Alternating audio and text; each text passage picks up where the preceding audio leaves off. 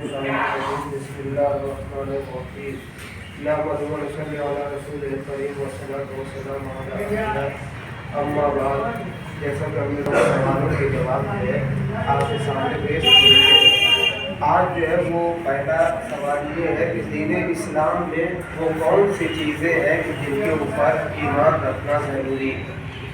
دین اسلام میں کون سی چیزیں ہیں کہ جن کے اوپر ایمان رکھنا جو ہے وہ لازم اور ضروری ہے۔ تو 5 چیزیں ہیں کہ جن کے اوپر جو ہے وہ ایمان رکھنا جو ہے وہ ضروری ہے۔ توحید ہے، عدل ہے، نبوت ہے، امامت ہے اور قیامت ہے۔ یہ 5 چیزیں ہیں کہ جن کو اصول دین بھی کہا جاتا ہے اور اصول مذہب بھی کہا جاتا ہے۔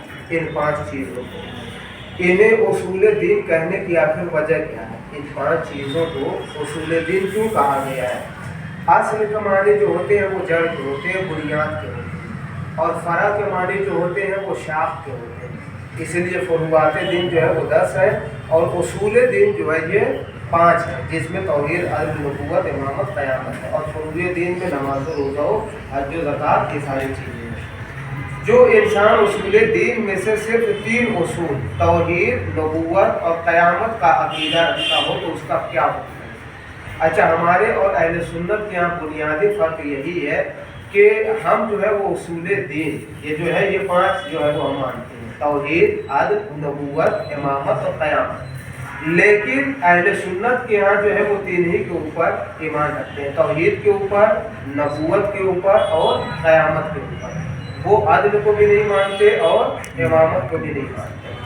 تو سوال یہ ہے کہ اگر کوئی 3 کے اوپر عقیدہ رکھے، ایمان اپنا رکھے، توحید کے اوپر، نبوت کے اوپر اور قیامت کے اوپر، عدل اور امامت کو چھوڑ دے تو اس کا کیا حکم ہے؟ تو ایسا انسان جو ہے مسلمان کو کہلاتا ہے، مسلمان کو انسان ہے مگر مومن نہیں ہے۔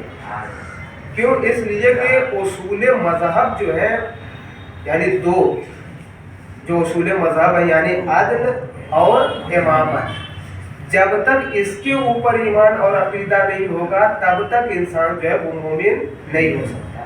یعنی یہ اصول مذہب جو ہے، عدل ہے اور امامت ہے، اس کو ماننے کے بعد جو ہے وہ انسان مذہب شیعہ میں داخل ہوتا ہے۔ یعنی اگر ان دونوں چیزوں کو نہ مانے، عدل کو اور امامت کو، تو وہ مذہب شیعہ میں داخل نہیں ہوتا۔ مسلمان تو کہلائے گا مگر وہ مذہب شیعہ میں نہیں ہوگا۔ مذہب شیعہ کے لیے کیا ہے کہ اس میں یہ 5 چیزیں ہیں، یعنی جس میں عدل بھی شامل ہے اور امامت بھی شامل ہے۔ تو لہٰذا ہمارے اور ان کے درمیان جو ہے بنیادی فرق یہی ہے۔ اور عجیب بات یہ ہے کہ بھائی عدل پروردگار، وہ ہندوستان کی عدلیہ کو تو مانتے ہیں مگر عجیب بات یہ ہے کہ عدل پروردگار کا ان کے اوپر ایمان اور عقیدہ نہیں ہے، حالانکہ پروردگار عالم عادل ہے۔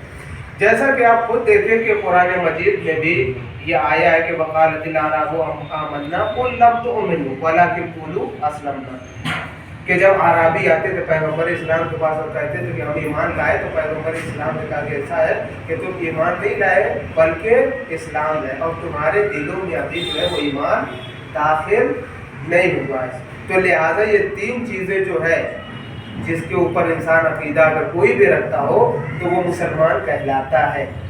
لیکن مذہب شیعہ کے لیے عقیدہ عدل اور امامت بھی ضروری ہے۔ اب تیسرا سوال یہ ہے کہ ہمیں اصول دین اور فروع دین کیسے معلوم ہو سکتے ہیں؟